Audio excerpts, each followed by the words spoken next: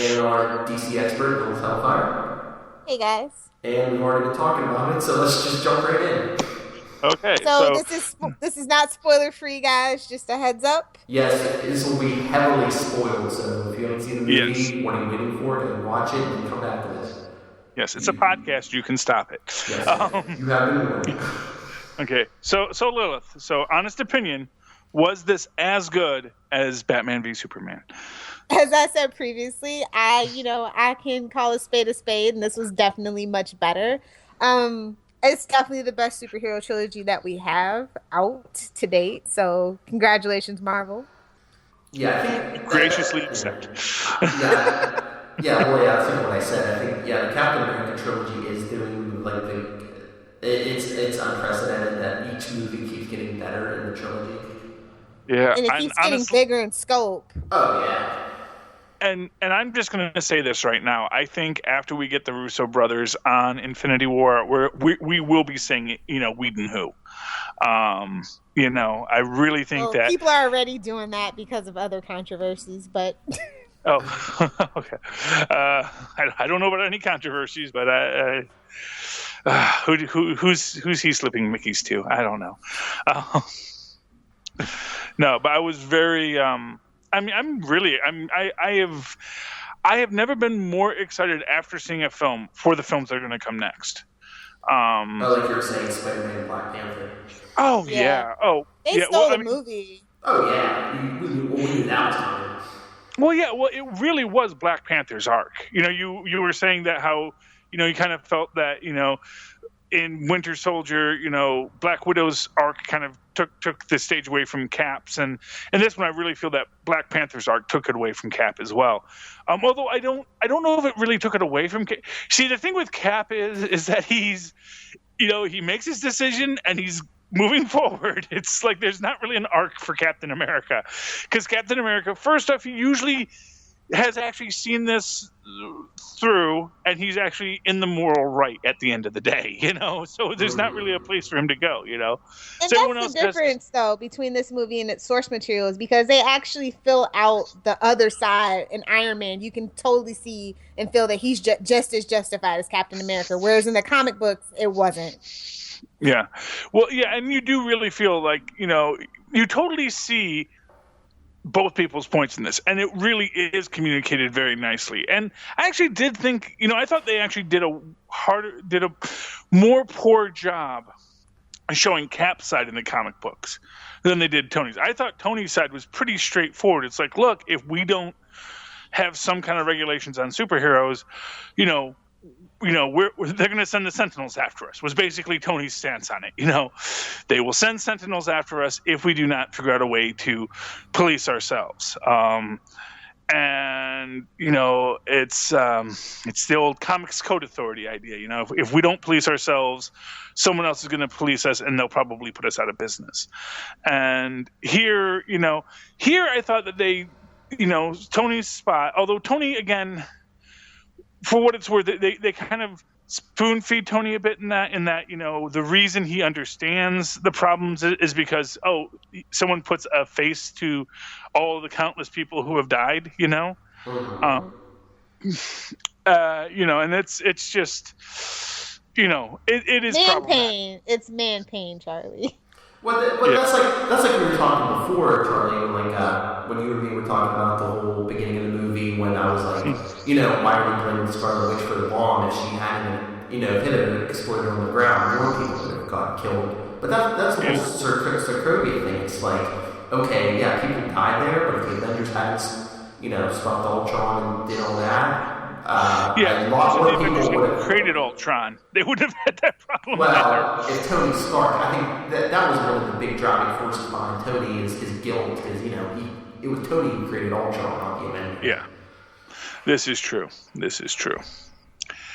Yeah. So Tony. So and probably it definitely helped in this film if you have already seen what Tony's arc has been. But I think that's why this works so well, is because we do have so much knowledge here. And I think I mentioned this in Super Connectivity, that even if you haven't seen these films, they're enough in the zeitgeist that it's like you don't actually have had to have seen Romeo and Juliet to know what Romeo and Juliet is. At this point in our culture, you don't have to have actually seen Age of Ultron to know what happened in Age of Ultron. You don't need to have seen these films. You don't have to have seen every part of the Marvel Cinematic Universe to get the gist of where you're at in it. Yeah, well, yeah, just like I was telling you before, yeah, that's why I think this is so good. We've already built that whole world up, and, you really don't have to introduce, except for Black Panther, and everyone knows Spider-Man already, so it's like, you have 2.5 hours, the world is built, just jump in and get to it. And to that extent, I think that's one of the things that, again, kills DC in their many worlds perspective. Yeah. Because they're not building out their universe with other things. That they can build out a universe, but that doesn't necessarily inform anything when people go to the theaters, and may work against them when they're like, well, who's this Flash? Who's this guy? These aren't the characters that I'm expecting. There's no Star Labs, and why does he have that right teeth? Yeah. Oh, don't even start there. How does it look facial hair in the dark, gritty DC universe? Yeah, and again, I'm going to say, Marvel films aren't light. They just happen in the daytime,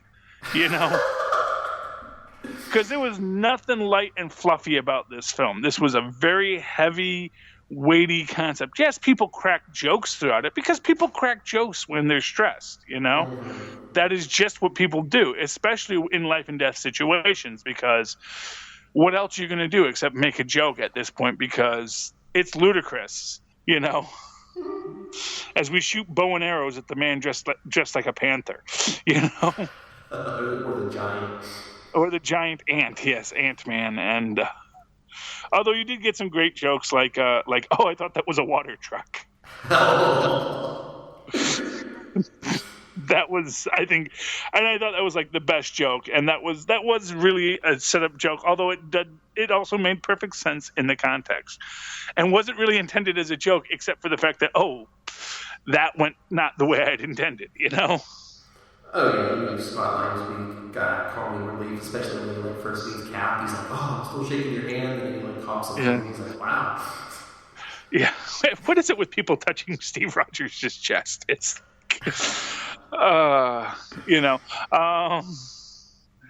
poor Steve Rogers. Everyone likes to touch him. No personal boundaries. Yeah, but Charlie and I were talking before about the whole. I don't know. Does it seem a little creepy? I was saying that Steve's already on Sharon Carter. I was after it makes more sense to me now. I'm just saying. I'm here for that relationship. Yeah. But it is a little creepy with, all things considered. But, out with the old and in with the new. Yeah, if you're Sharon, I said, wouldn't your first question be did you sleep with my aunt? Because if so, who? Yeah. No, not really. I mean, it's an aunt. It's not like it's her mom. Do you know what I mean? Yeah. It's a little buffer zone. Yeah. Do you think that there was the implication that they had some kind of an ongoing relationship, even if it wasn't specifically romantic at this point? That this was just sort of Steve saying, if I don't kiss her, I may die again, or get frozen in the ice again, and I might as well take it.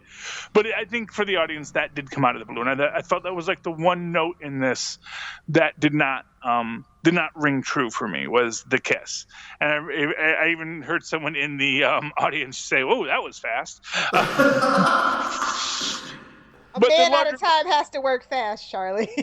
Yeah. No, because the implication in this was that he didn't know she was her aunt prior to this. So you kind of got this idea that maybe they had been having this relationship, but that she really wasn't. She didn't tell Steve this. And we know she didn't tell her aunt that she was, stalking Steve. So, it was a very, but that and the fact that no one called General Ross to the carpet about Harlem when he was listing all the problems the Avengers had. That was the other thing, and that's just my nerdery there. That someone should have quipped up about yes, and don't forget Harlem. Although I also realized that the people that might have raised that would have been Tony Stark or Black Widow, and both of them were actually on board with the conversation. So. Yeah. I get why that might have played out that way. So, but my little nerd in me said, "Oh, well, why didn't they bring that up?" But Can we talk about Martin Freeman? Like, I'm a huge Sherlock from the BBC's fan, like, but and a Hobbit fan and all those things. But man, him as Everett K. Ross did not do it for me. really, well, they didn't give him a lot to do. He was kind of he's very much, a Henry Peter Gyrich kind of character. He's very much a guy who is not a fan of the superhumans, and has found himself sort of being in charge of them. So even though he's not a Marvel character, I recognize what kind of character he is. Part of me was thinking, oh, he's going to be like a Norman Osborn character. He's going to be like a Head of Hammer kind of thing. But they didn't give him much to do. He mostly just came in there, said, I don't like superheroes. And then, basically is telling Zemo, you kind of, your plan didn't work. Yeah. I don't like smug bureaucrats. Like, that is, ugh. Movie smug bureaucrats are the worst. They're supposed to be. I know. That's he wasn't supposed to be a likable. He's not a likable hobbit. He's supposed to be a jerk, and he did that well. And like I said, as a Marvel fan, he's a character you recognize because Marvel bureaucracy is full of smug bureaucrats who don't like, people who have a modicum of power and dislike the fact that others have insane amounts of physical power over them. That, you can shoot a laser beam out your eyes and that's problematic, because I don't like that and it makes me feel unsafe. It's your classic Maria Hill stance, from our current modern comic book universe with Pleasant Hill. It's just like the craziness really gets to you. And it is kind of understandable in that sense, that when you think about it within those terms of the craziness of this universe that they're existing in, that since Tony Stark came into existence, there's just more and more and more superhuman catastrophes that are, threatening on a global scale every couple of years. Although technically, Bruce Banner actually predates Iron Man, because Bruce Banner was already the Hulk when the Incredible Hulk movie comes out, and Tony Stark is coming into it just after Iron Man. So technically, since Bruce Banner, this exponential growth has been occurring. Just saying, but people don't like to acknowledge. Oh, sorry. What did you think about Zemo? I mean, I always get kind of annoyed when they just borrow the name and don't give it the essence. Do you know what I mean? Like him and his father weren't Nazi war criminals or anything. Yeah. Well, the Nazi war criminal thing would have been a hard thing to do because, again, he would have had helmet when he was like 80. I mean, they were frozen in the ice too, in the iceberg behind Cap. But like Cap said to Bucky when they're talking about that girl that Bucky was trying to Dottie. Yeah. Yeah. Well, no, I thought they could have just tweaked the Zemo origin so it was like his grandfather instead of his father, maybe. Well, and maybe that will be the case. Maybe there will be some more to Zemo that we get later. As he said, that's the thing. They didn't give us a lot about Zemo, so he may well be the heir to the Zemo family. Mm-hmm. He may well be the made better Zemo. And he's still around at the end of this. So where he goes next may be something. And they didn't give us the purple sock over his head. Yeah, well, they said no socks. That's a thing. Who knows? Maybe we'll get that if they do a Thunderbolts. Maybe Citizen V will wear a purple sock over his head. But, and it's not purple, it's pink. I'm sorry. More chartreuse. It's more of a chartreuse than a purple. No, well, but here's the thing. I loved this Zemo because he was not what you expected. And as I was saying before, I have made a lot of predictions of what I thought was going to happen in this film. And for the most part, I was dead wrong on all of them. Well, we all were, because you, me, Rob, we all predicted someone was going to die and no one died.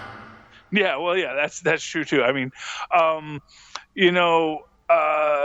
whole thing is that even though I was wrong in such a delightful way. And that's what I say about these Marvel movies, is that these are movies that when I'm wrong, it makes me happy. Because they truly surprise me. They truly come out of left field and give me something I did not expect. And I was not expecting that all Zemo wanted was to cause these guys to fight each other. And when that wound up being, no, I'm not here. It's like, what? Did you think I wanted more of you? No, I want you to fight. And of course, that was one thing that was like a little weird when they're watching this video camera and all of a sudden you're getting it from different angles. And I guess maybe that was supposed to be like Tony's mind thinking about it, or even Bucky's memories of it. But it was just a little weird. Oh, what about that revelation? That surprised me. Is Bucky was the killer of Tony Stark's parents? Didn't they outright say that? They outright said that. I'm just saying, in the beginning, you knew that cool car scene causing that car crash was going to come back. But I'm like, okay, scary. Well, when they did that, I was wondering what that was. And first I thought, is this going to be when he shoots Black Widow? Because they make the comment about Black Widow getting shot prior to that. And I was also thinking that maybe this was going to be... and when it wasn't Black Widow, I was thinking that might have been Howard Stark. Now, for whatever reason, I thought that Maria and Howard Stark died in a boating accident. But that's the Green Arrow.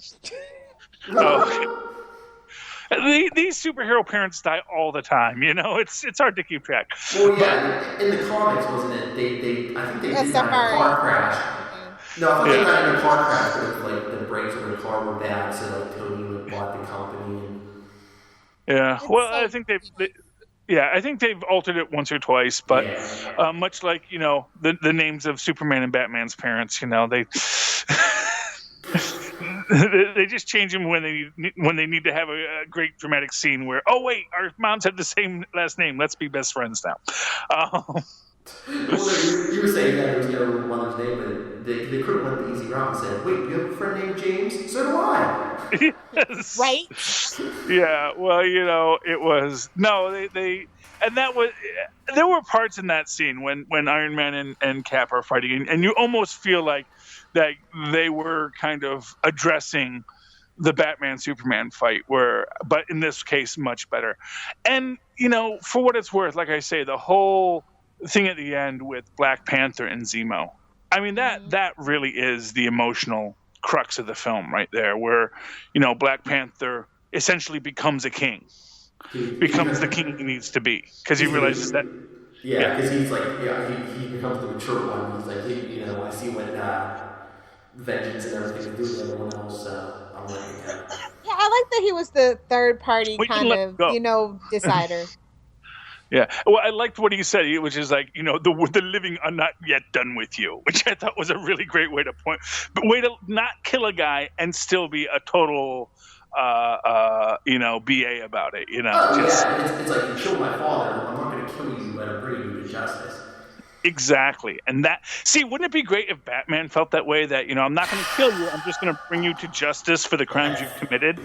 What fun is that, Charlie? But no, like even when Cap and Iron Man were fighting, they were fighting, but they weren't out trying to kill each other. You knew they were going to say, okay, well, I'm going to hit you until you stay down. I'm not going to kill you. Yeah, well, no, Iron Man wanted to kill Bucky. He wasn't going to kill Steve, though. I think he might have if Steve hadn't won, honestly. And there was a moment there when I'm sitting there, I'm like, they're not going to have Steve kill Tony here, are they? And he's like hitting him with the shield. And then you realize, like, no, he's just disabling his dang armor.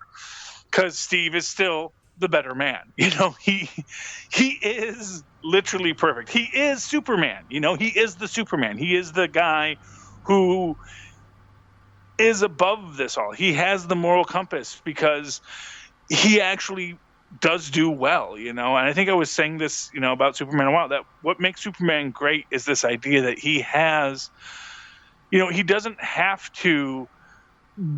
He's a guy who doesn't have to prove himself. He's already the best there is. And because he doesn't have to prove himself, he doesn't get bogged down in the pettiness of everyone else's emotional stuff.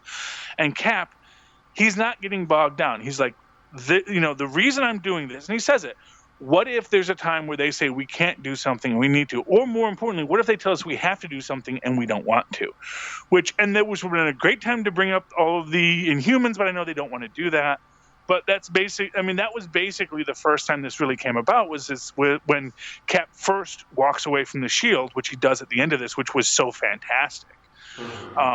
Where, Iron Man says the Shield belongs to the government, and Cap's like, there, and just walks away from the Shield because, he doesn't want to be told what he has to do, and the government's going to want to tell someone to do something. And who knows, maybe now we'll get our John Walker. Or something. Charlie, what if we get John Walker, like in the beginning of the next Avengers movie, and what if Steve's operating as Nomad? Well, that was one of the things because I did notice they had him in the navy blue jacket. Now, they've had him in navy blue jackets a lot, but this time it was much more a solid navy blue. And I was thinking, he is going to be Nomad. He is going to, although it's kind of hard to create a character. I think he'll be in maybe a blue and gold outfit, but he won't be calling himself Nomad. Yeah. And they might make jokes. Yeah, or maybe he'll be in a black and red. It's like, what do we call you? Just the captain? You're just Captain Wakanda? I love that suit. Black Panther. Yes. Yeah. He needs that suit. Well, that's the thing. When he first wore that suit, he was calling himself the captain. Remember, he got that other shield that John Walker eventually used as US agent. You know where he got that from, right? He got that from Tony Stark. Well, no. First, when he made him a shield, but then after the Armor Wars thing, so he said, Steve gave it back and said, no, they were trying to buy me off. So he went and got a second shield from the Black Panther. Oh, see, I must have missed that issue. Okay, well, there we go. Yeah. So there we go, and he could get him another shield. It was pure vibranium, Yeah, well, that makes it easier. I mean, it's there's so many good things in this film. And here's one thing I want to say, because there's a lot of criticism about Aunt May, and that Aunt May is too young. Here's the thing. Peter's super young too. Exactly. It's like, this is teenage Peter, and yes, in the comics, Aunt May was old and frail. But this is Hollywood, baby. Jack Kirby and Stan. Yeah. Well, no. What it is when Stanley and Jack Kirby created these characters, I don't think they necessarily really thought the timelines through. And this was also a time when people had 20 kids. So it wasn't that weird that you might have an aunt who was, 10 years, 20 years older than your mother was. I would have thought it was his great aunt anyway, though. And then it just... Well, she was his aunt by marriage, because Uncle Ben and his father were brothers. Yeah. Well, the Parkers, because it follows the family line. Which is now this is a big problem with Peggy Carter, because we know that Peggy's brother died in World War II, and now calculated. Where did Sharon Carter come into this? How is the Carter name going to Sharon without a brother for... Yeah. I mean, she was born out of wedlock, okay, Charlie? There, you happy? Well, I was going to say, unless he was all Hollywood and he was 60 and had a 30-year-old wife or something. Well, no, because he died. Well, actually, what it is again, so this makes sense within this context, is that Peggy has a 30-year younger sister, because her mother had a change of life baby. A change of life. I mean, 30-year younger brother, who was little Stevie Carter. Change of life baby who eventually got married to somebody in the States and had,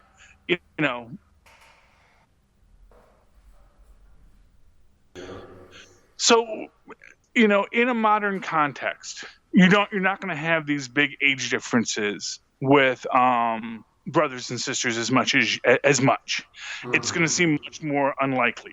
So as a result, having a woman that should be about old enough to have a son Peter's age makes perfect sense, And and for what it's worth, it would have been kind of nice if they'd like had her dye her hair like that almost kind of common that like silver, where you see the woman with silver who have like the dyed silver hair now. That might have been something they could have done in that situation to sort of work that out a bit. Or and who knows, like they made or just like a streak through her hair, right? yeah, give her the rogue, Yeah. The Mr. Sheffield special. Yeah, I mean, you can do that, but that actually is a thing where even younger women now are actually sort of dyeing their hair gray as a weird little fashion statement. It's a thing that happens, but aside from that, I was not upset with the younger, hotter Aunt May. Because I knew it was coming. I mean, we had Sally Fields. It's only like right to like, you know what I mean? Yeah, they're going down. slowly de-aging her. Yeah, well, but it does make sense in some context, that it's much more likely in our modern age that Aunt May is going to be a bit younger. Now, you're not going to have the frailty of the Aunt May and her heart attack, her Skrull-induced heart attacks to keep Peter under control. But you are going to have. But as they said, there's clearly a relationship where he does not want to anger his aunt. He doesn't want her aunt to get upset. As you said, if she finds this out, she'll lose it, and then everyone will lose it, and and you can follow along with that idea. So how do you feel, Charlie, now that you're probably within 10 years of Aunt May? Well, I feel every freaking minute of it. I'll be honest with you. Well, but that's the thing, and maybe. As I've gotten older, maybe I'm a little more cynical about things, and I'm very happy with Marissa Tomei as Aunt May. I thought she was fine in it. Aunt May doesn't need to be a 60-year-old and retired. I mean that was in the original comics, but honestly, even in the comics, she's now like that fun fit 50. Now in the comics, she is that, silver-haired, bobbed-haired, grandma on the go, or auntie on the go. She is not although now she's married to J. Jonah Jameson's father, which, again, what people in comic books, this is something we've said many times, the people who draw and write comic books have no idea what is an appropriate look or age for someone outside of like that 25-year-old peak human superhero age.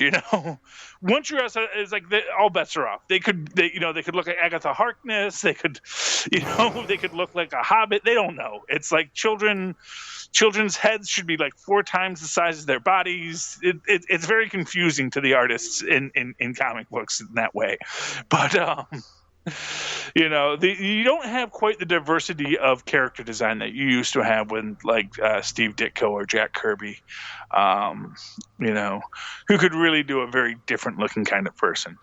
But that's life, What are you going to do? But I do think that this is really the best, definitely since Tobey Maguire's first Spider-Man. This is the best Spider-Man.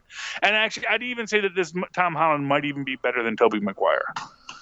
Tobey Maguire was... I'm sorry? I mean, I like it in terms of like the concept and everything, but I always just went, really, Tobey Maguire's Spider-Man? Oh, I thought he captured, especially in the first one, I thought he really captured it. He was probably too old to play a teenager. Yes. But that's Hollywood for you, baby. Being too old to play the teenage role you're playing is pretty much standard. Just ask the 40-year-old guy in 90210. I know. And the lady. Yeah, well, that was how it worked back in the day. Back when I was a child, we had 50-year-olds playing teenagers, and we liked it because we didn't know any better. Yeah, but my whole thing is like, why is it in like every cartoon now, every movie, they have like the high school Peter Parker? I mean, in the comics, he's in his 20s. I'm like, okay, we've seen that. How many versions of him in high school? Why can't we just get an older Peter Parker already? They tried the one in college, remember? It was on MTV and nobody liked it. Yeah. So Well, yeah, but he was only in college for like 4 years too. You know, it's like time basically- moves differently in cartoons too. Well, so. no. But this is actually something that has been pointed out. You know, the sliding time issue only came into Marvel Comics about the time Franklin Richards was born. As people have pointed out. No. I'm not going to go into this, but about that. And it is just a natural progression. Is that about that time when you had that first, which was really the first big transition in someone's life. And that was also about the time that Peter Parker graduates from college, or doesn't graduate from college, because did he drop out of college or did he graduate from college? I know he graduated. I think he dropped out of this once or twice, and I know he went back. What was it, late 80s, early 90s? Yeah. But the reality is that, you know, Peter Parker has spent most of his career outside of that. Most of his career he's been a guy who's been working 9-to-5 jobs. You know, chasing down things. Although, oh man, there's a great, when you get to reading the Spider-Man Free Comic Book Day bit, there's a great bit in there about him having to run off, and he's having lunch with Max, and Max is like, I know you have to run off. It's a great little knowing smile that he gives Peter when he runs off, which has Peter like freaking out about that. But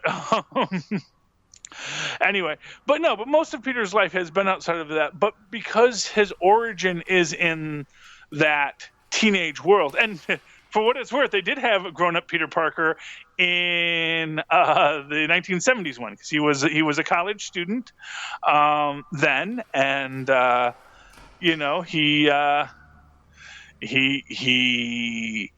you know, was an adult male played by Mr. Hammond. I forget his first name, but Nick Hammond? Yeah, that sounds about right.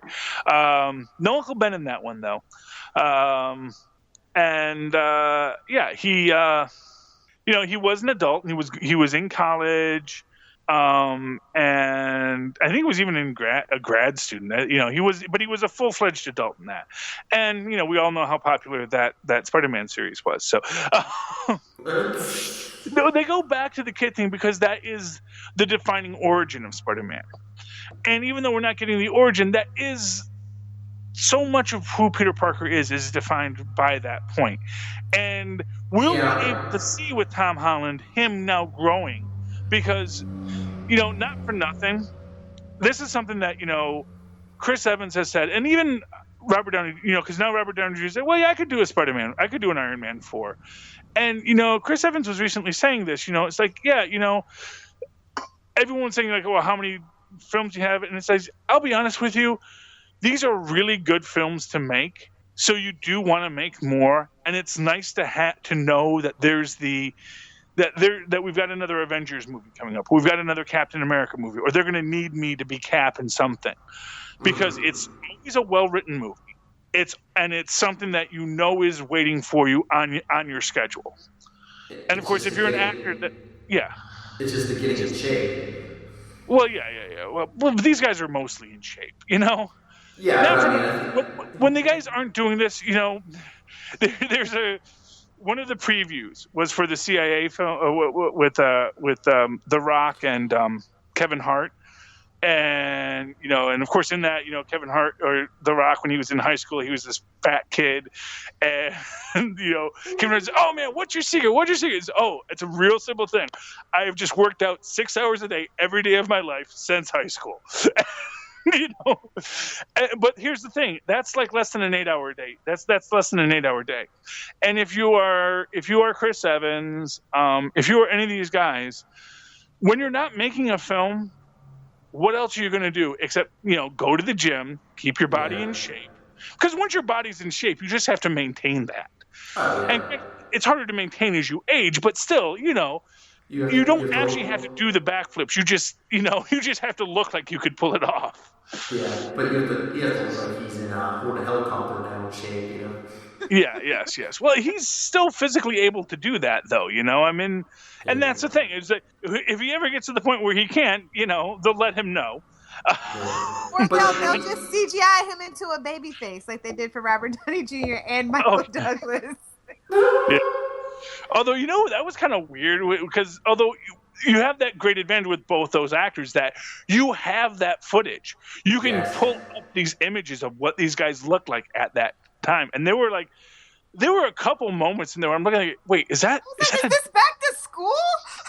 Yeah. Like really weird. It was wonderful though. I really liked how that played out. I thought it was pretty nice. And all in all, I thought it was a really good piece, a great way to show, this is all CGI. We're basically watching, we always used to say, why don't they just make an animated movie? Well, that's what we're watching now. We're watching animated movies of our favorite superheroes.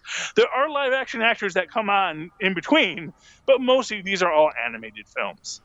And that's what makes it good. The Black Panther suit was really good too. You can see the practical effects and you can tell what they CGI, but it was a good blend. Oh, it was a fantastic suit. And again, no real origin needed. It's like, I'm the Black Panther, deal with it.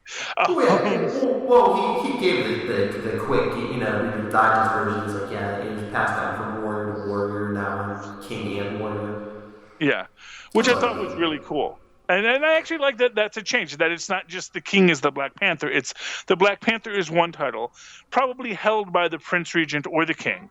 Yeah. But when the king is T'Chaka and he's the old gray-bearded man that he was, and clearly a good and wise king. But he couldn't be the Black Panther. Yeah, physically, he probably could have still kicked some butt if he had to, but he was no longer the Black Panther. And now his son was. And that was cool. And it was cool to have it be separate, two separate titles, that he had been the Black Panther and now he's also king. There was, a friend of mine, posted a thing about, just about how, black actors are tired of, playing slaves. And I said, well, make sure you go see Civil War. You want black actors to play kings? There you go. And this was such a great role. I can understand why this actor is so happy to be playing this role. And apparently he had been wanting to play this role since before the idea of a Black Panther movie was even out there. He had been saying, just so they know, let them know I really want to play Black Panther. And he did massive research into this about how a Wakandan accent would sound. I love that they actually had Wakandan dialogue in this. Mm-hmm. I cannot wait to learn Wakandan. Some people may want to learn Klingon. I want to learn Wakandan now. I want to get the Wakandan dictionary and start learning Wakandan because that looked awesome. Well, yeah, it's like, well, why wouldn't you want to play that part? I mean, you're playing royalty and basically playing the closest thing to Batman in the MCU. Oh, well, as I've said, he's better than Batman. He is. What? Well, no, I mean, the characters they have in there right now. Yeah. Moon Knight's closer to Batman because both Moon Knight and Batman are sociopaths and crazy. Yes. Yeah, I'm sorry. Black Panther is Batman with his head on straight. No, the Black Panther is Dr. Doom if he was a good guy. That's Black Panther. He is I am the king of my own land, and I have unlimited resources. Oh, I'm also the smartest man on the planet, and I could also kick all your butts. So he is the literal Ubermensch. He is, and that is his. He's basically the best qualities of a couple people. Yeah. Yeah, and that was always his shtick. It was his shtick when he first appears in Fantastic Four is, I have brought the Fantastic Four here so that I can now defeat them each in single combat to show that I am the superior warrior to them, and then I will be their friends. It is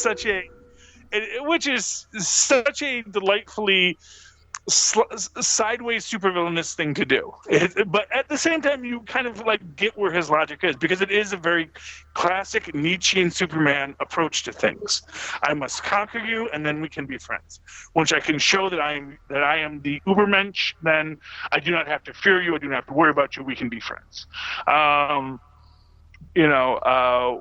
and it was just really, I mean, just everything about it was just awesome, the way they played it out. And and man, when they do the trigger words for Bucky, and he goes into Winter Soldier mode, and you really get this sense of what it is. It is powerful, and it is strong, and it was really amazing. Well, did you catch when he was strangling Black Widow? Did you hear what she said? It was something like, "Don't you remember our time together?" or something. Oh, she did? I'm pretty sure I heard her say that, because I mean, they do have a past in the comic book, so I wonder if they're going to touch on that. I was waiting for something to come up about that, because they both do have this Russian history. And I was wondering if they were going to do that. I was kind of a little sad, because, they had the blonde female Winter Soldier in there. I was like, oh, is that going to be the other Black Widow, Ilana? I thought, oh man, that would be so cool to have this other Black Widow. And they've never really gone into whether or not Black Widow was a super soldier, whether or not she was part of a super soldier program. It's a very, they've left so much ambiguous, but that's going to be great, because now we have stuff to talk about when we get to the Black Widow film in about 4 years. Yeah, I just always thought she was like a Russian female Jason Bourne, Yeah. Well, but they clearly had a whole training regimen. Although, as has been pointed out in Avengers Academy, the secret to being a super soldier is just proper diet and exercise.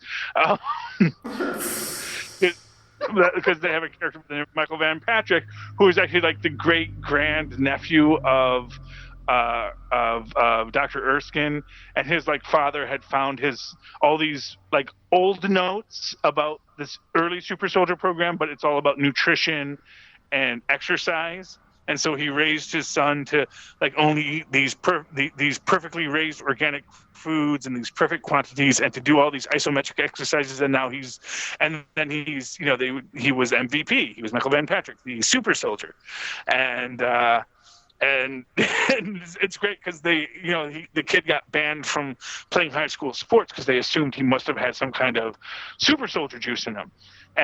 And when they're I think it's Ulrich and Dr. Blitzschlag are interviewing the father, and Ulrich says, "Wait, are you trying to tell me that the secret to a super soldier is proper diet and exercise?"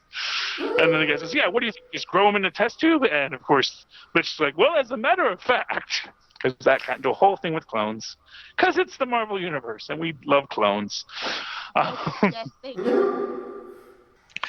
Oh, because our clones don't turn gray and start falling apart like a Bizarro. They do turn into crystal and dust when they die for some reason, though. We don't know why that is. Anyway, this is getting a little esoteric there, I think. I just want to thank Jeremy Renner for not wanting a Hawkeye solo movie. I just want to throw that out there while we're here. Well, no, he said he'd love to do a Netflix series, though. Which I think would be, and as I've said, I would love to see a Netflix sitcom about Hawkeye and his family back on the farm. Although now he can't go back to the farm because he's a wanted fugitive. This is actually kind of this real problem in this where we've left everyone, because it's they all had lives, and now they're the Secret Avengers in Wakanda. I don't even know how we're going to get to Ant-Man and Wasp from here. Because, it's okay, well, we just all escaped from the raft, but now what are we going to do? I guess maybe there's going to be. You know what? Now we can introduce She-Hulk. Now we can introduce Jennifer Walters as the person who gets them all off. Because as in my headcanon. What? Well, in my head. So my headcanon, as I've said, is that if they ever introduce the She-Hulk, everyone has to call her the She-Hulk as a lawyer, because after General Ross broke Harlem, she successfully sued the U.S. military and S.H.I.E.L.D. to have Harlem rebuilt because it was their fault, and she is just seen as this awesome, amazing lawyer. And now, after Bucky has been exonerated by the fact that they found out that it was Zemo who did all this stuff, and that the other superheroes were just trying to defend an innocent man, she goes and gets them all released.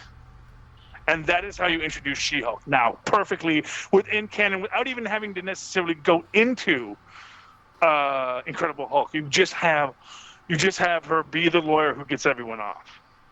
Or if you want to keep it Netflixy, you just have it be Matt Murdock. But I'd rather it be She-Hulk, because Matt Murdock is not a good lawyer, as we've seen in the last season of Netflix.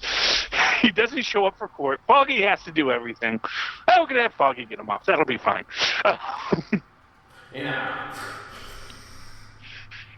That'll work. Have Foggy do it. But I would love to see Jen Walters come into it, because I would love to see Jen Walters be the one that and that would be a great way to introduce Jen Walters into the Ant-Man Wasp film, because you have Jen Walters as his lawyer who got him off. You know, as this great, like, famous civil rights attorney who basically is calling General Ross to the carpet, both for always chasing her cousin, and for just basically stomping on everybody's rights, you know, and having and that would be a great thing to do with Jen Walters. So there you go, Marvel. Free idea from the professor to you. Put Jen Walters as the lawyer who gets Scott Lang out of the raft legally, so that he can be Ant-Man in your Ant-Man Wasp film you're already working on. Thank me later. Hey,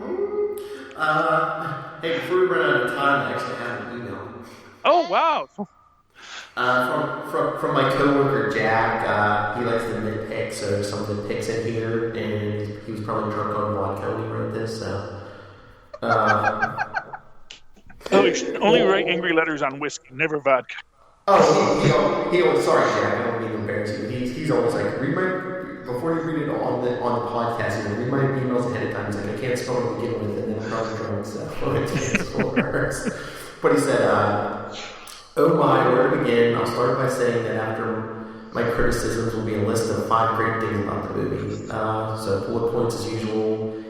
First one, he said, it shouldn't have been called Captain America. It should have been Marvel's Civil War, since almost every other hero had just as much screen time as Cap. Marvel was so full of itself anyway. Why not Marvel's Agents of S.H.I.E.L.D., Marvel's Agent Carter, etc. Way too long. Cut out the cameo hour in the middle of the movie. Every hero under the sun turns up to say, hey, toss in their 2 cents and leave. Oh wait, every hero except for 2 we really wanted to see, Hulk and Thor. We could have done without Thor. I'm glad we did. They would have been pathetic anyway. I agree, yeah. But the Vision caused enough damage. We didn't need a Hulk there. Yeah, just desperately. I'm still confused about what the plot was. Was it the Superhero Registration Act? Was it trying to find other Winter Soldiers? Was it the exploitation of, he says Wachovia, so I don't know if he means Wakanda? Yeah, probably auto-corrected to Wachovia, which is a bank on the East Coast. I don't know. Also, I feel like this topic of holding heroes responsible for their actions, collateral damage, would have come up much sooner. Like 35 minutes after Iron Man or Hulk sat on someone's car, 12 lawyers would be crawling up their butts for the foreseeable future. He said, and then at the 2-hour mark, he heard a kid snoring behind him. Oh no. Spider-Man was officially the Jar Jar Binks of this movie. Take that, Rob Southgate. The characters were all terribly soft CGI and on funny comic relief. Yeah, he's always asking me at work. He's like, why did those Nuff City guys? Why are they all obsessed with Spider-Man? I'm going to respectfully disagree with your colleague, though. I'm going to say you are wrong, and you should be ashamed of yourself. The 2 credit scenes were waste on codas that should have been in the movie or with information we already knew. The credit scenes in general were quickly becoming like your favorite cookie that's gone stale. I don't know. I just don't think he has. I think your friend may be dead inside. I think that someone hurt him very bad in the past. Yeah, And I think he agree with you. it's just a darkness in his heart.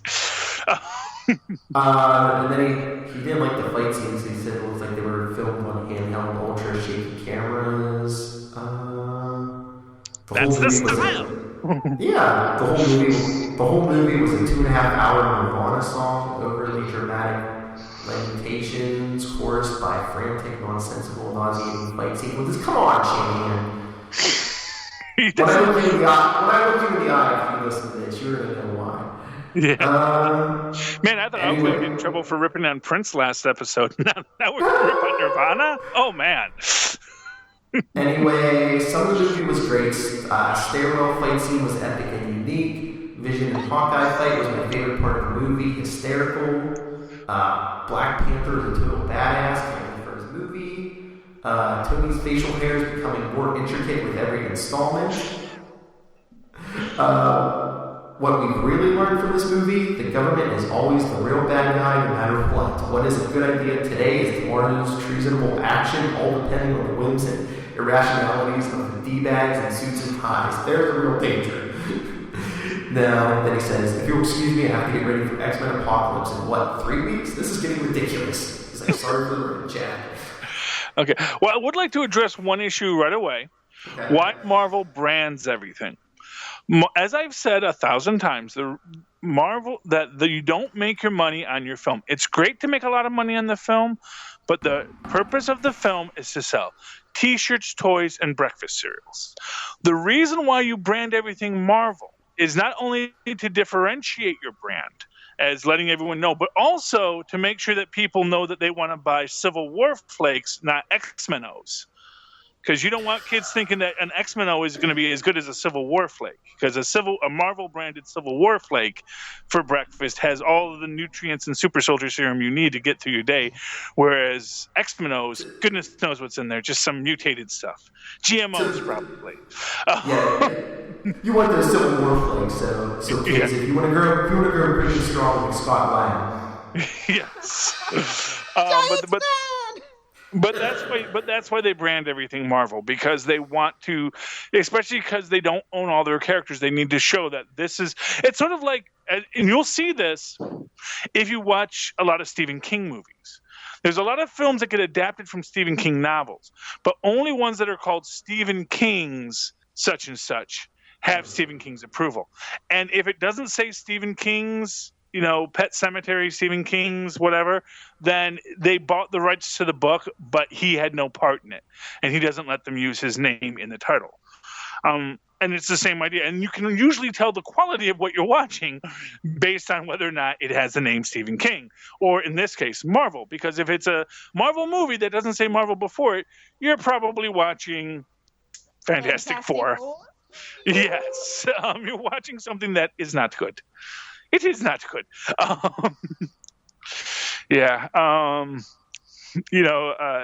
So that is why Marvel brands everything, because there is a value to that brand, and it has shown to be good, and then everything else he said was just foolish. So Spider-Man was awesome. Shut up. Although there is one thing that kind of, the Underoos line. What are on the Underoos in the Marvel Cinematic Universe? X-Men?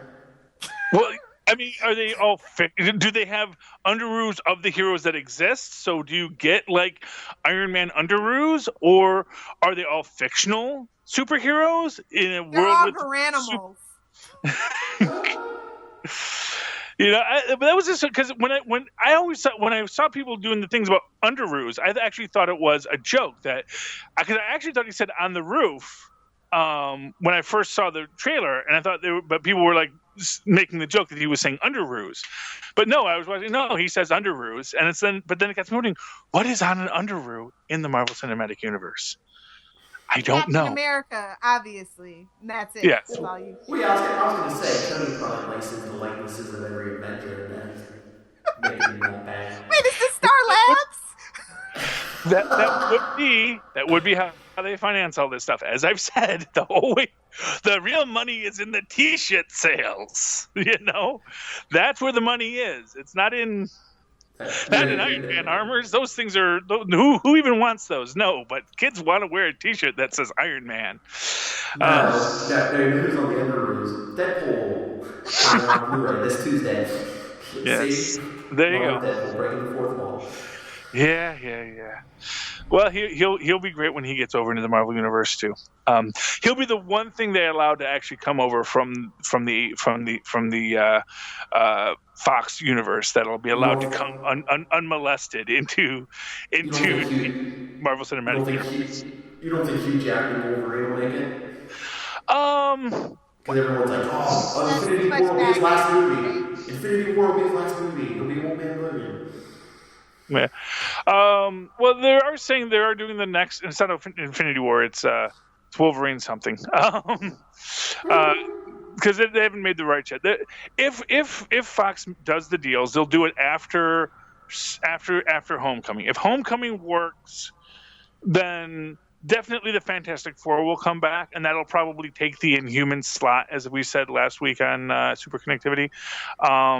That the reason why and that's why I think that the Inhumans got taken off of the slot, because they want to put the Fantastic Four there, because they do know that they're probably already in that discussion about getting the Fantastic Four back. I don't think X-Men is necessarily going to come back, although they might make a special deal to do some Deadpool cameos, because everyone loves Deadpool. Because he breaks the fourth wall and he's silly. And he murders people in cold blood. And that's hilarious. It's me. Well, then you would have loved Injustice Gods Among Us, number 9 this month. So, because it's basically Deadpool with heat vision, which is basically Deadpool in Wolverine Origins. Hey, Oh, boo! We don't mention that movie. Oh, how dare you!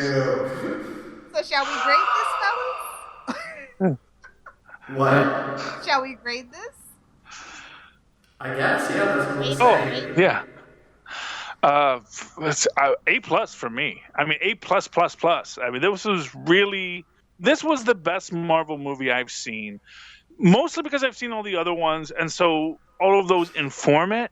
But I think if I had not seen all the other ones and I had just sat down and watched this, it would be the best Marvel movie I've ever seen, because I hadn't seen any of the others yet.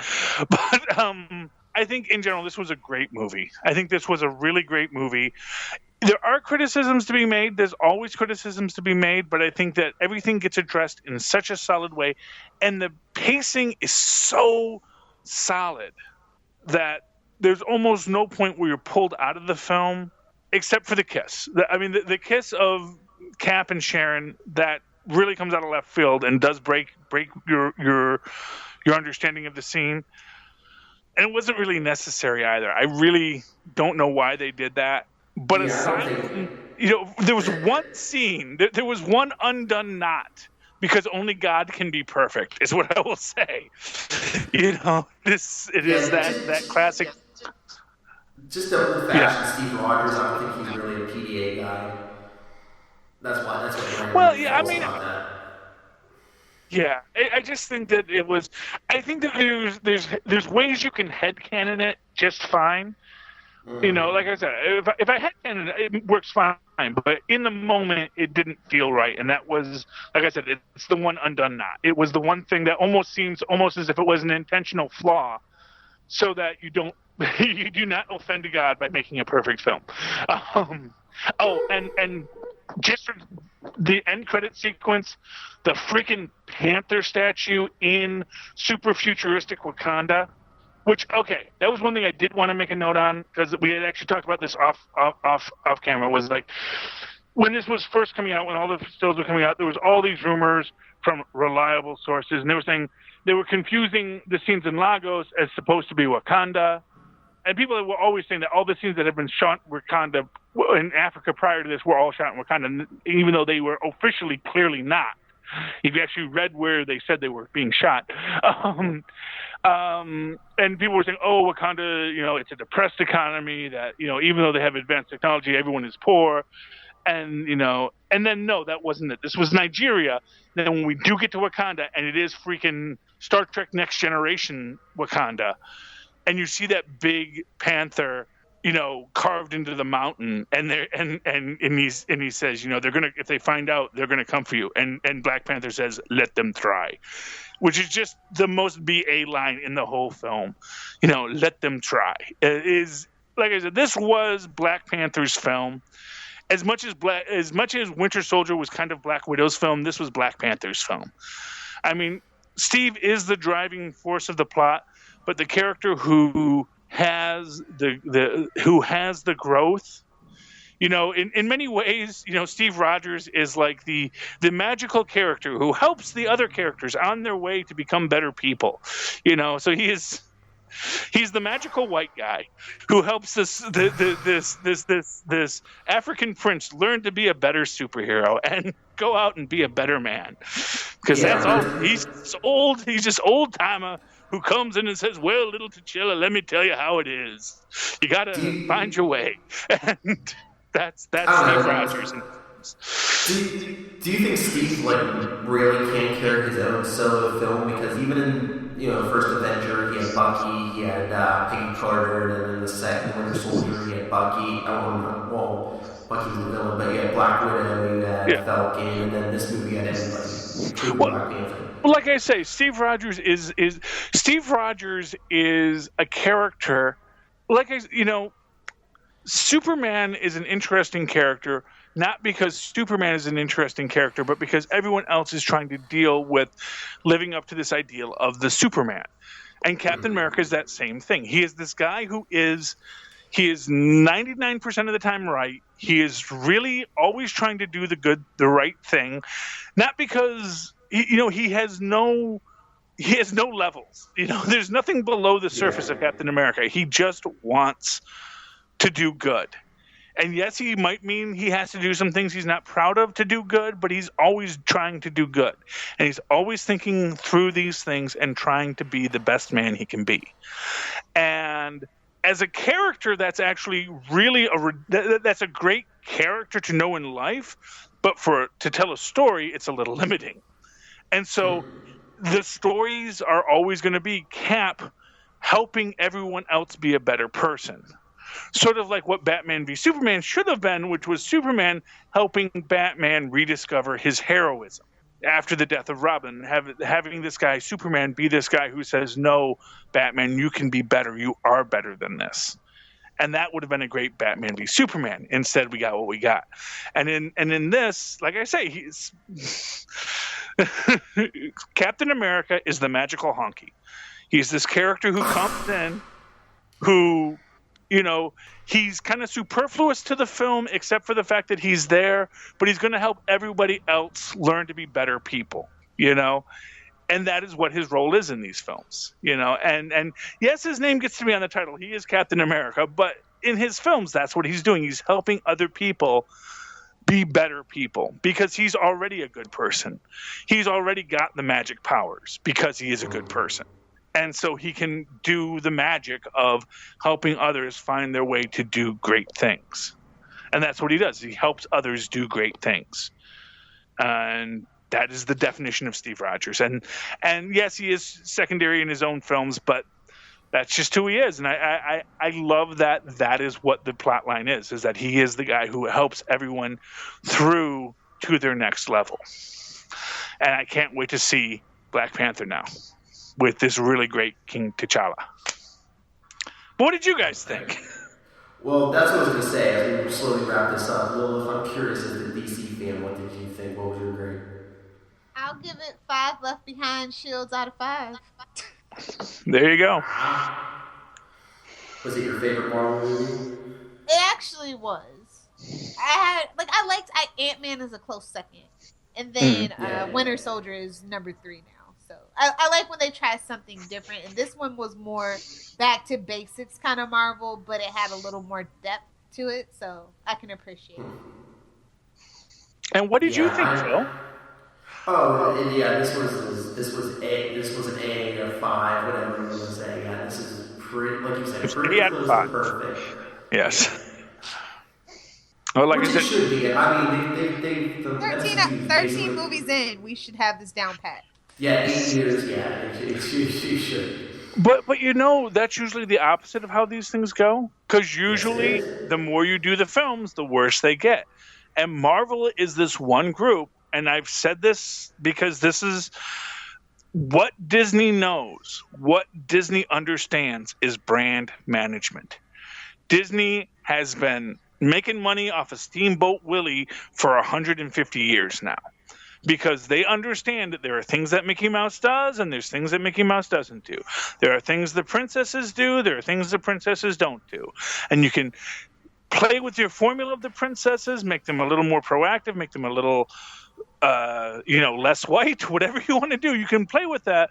But at the end of the day, if you want to make money, here's how you manage your characters. And that is what Disney does, is they manage these characters with such precision as to make the films actually be better the more they make, which is insane in Hollywood. This is the only time this has ever happened in Hollywood, where the films just somehow kept getting better. It's crazy. All right. We're glad to live in this age. Yes. So should we wrap this up? Yep. Okay. All right. Well, all right. Let's see how it goes. Okay. Well, if you like what you heard from me and Charlie Esser, you can find us every week on the All New Marvel Roundup and the Super Connectivity Podcast. You can email us marvelroundup@gmail.com. Facebook is All New Marvel Roundup. Twitter is @Marvel_Roundup. And if you want to talk DC with me, a little Hellfire, every week on the World's Finest Podcast, you can email us worldsfinestpod@gmail.com. Facebook is World's Finest Podcast, and Twitter is @WorldsFinestPod. Charlie, what would you like to add? Oh, well, you can always tweet along with me at any twittering things that you like to tweet at Charlie Esser. That's CharlieEsser. Look for the 2 E's in the middle for quality. And, of course, you can always write to me in the old-fashioned email way at superconnectivityblog@gmail.com. That's superconnectivityblog@gmail.com. And Little Hellfire? You guys can find me on Twitter at Lil Hellfire. I'm on Tumblr. It's lilhellfire.tumblr.com. And you can always check out my website. It's lilhellfire.com. You can find me, or you can contact me, nightwingpdp@gmail.com, and basically Twitter and all social media, nightwingpdp. All right. And I guess, we'll reconvene in a couple weeks for X-Men Apocalypse. I'm so pumped for that. I actually like the X-Men movies. Don't judge me. I was very excited by this X-Men trailer I saw, despite having a giant... Oh, by the way, one thing I have to say, giant Ant-Man really worked well in this. And I was so afraid of that for the longest time, that giant Ant-Man would be bad, because giant people are always bad. Giant Apocalypse is going to be very bad. Just from the trailer, Giant Apocalypse was not good. And it has all the problems with having a giant character among regular-sized characters. But as I said, I think it was when we were off thing, but I said the giant Ant-Man works because the characters he's interacting with are CGI too. So the fact that everybody's CGI, it all works because they're moving with some realism. Whereas when you're mixing a non-CGI character with the giant non-CGI character, it just looks like, Darby O'Gill and the little people. So good work on the giant Ant-Man. Not too excited about Giant Apocalypse. All right. Well, any final thoughts, Lil? Nope. All right, then. The Marvel superheroes might be at odds, but we've all come together and agreed this is a near perfect movie. So join us next time, loyal listeners. Yay! Until then, drop that shield and go see Civil War again. Good night. Good night.